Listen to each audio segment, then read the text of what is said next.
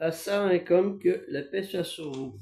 L'illettrisme et l'analphabétisme.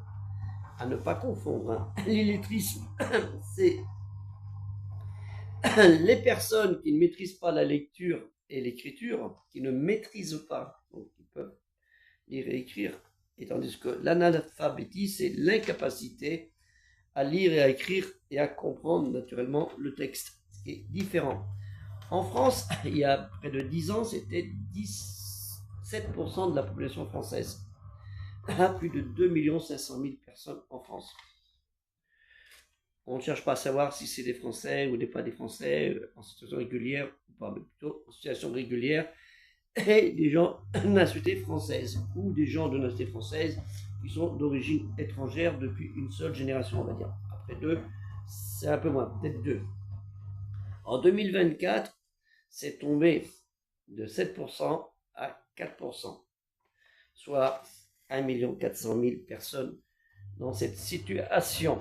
Et elles sont considérées les personnes de 18 à 64 ans ayant débuté naturellement pour l'illettrisme, qui ont débuté leur scolarisation en France et sont souvent considérés en situation d'illettrisme.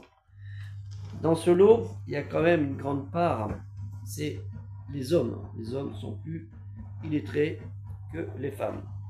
Et surtout, dans cette difficulté de recherche d'emploi, ça concernait 18% de la population, la difficulté littérale et numérique, hein, lire et compter.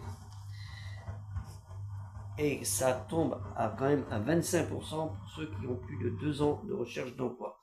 Il existe des collectifs pour ça, des organisations pour aider les personnes et des associations naturellement pour cela.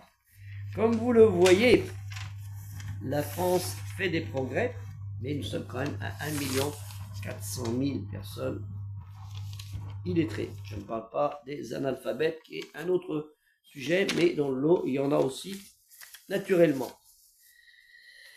Qu'en est-il dans les autres pays? Et c'est peut-être pour ça, des personnes qui savent ni lire, ni écrire, ni comprendre, qui ont peut-être des difficultés à comprendre les autres et à se respecter.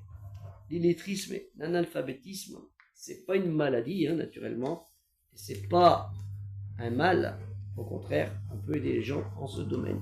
Méditez bien là-dessus, et Allah Ta'ala, Dieu nous a dit dans Al-Qur'an, le premier mot, Ikra, lit, révèle, récite, apprend, et déverse ton savoir sur les autres. Que la paix soit sur vous, assalamu alaikum, et des projets culturels musulmans universels dans les liens.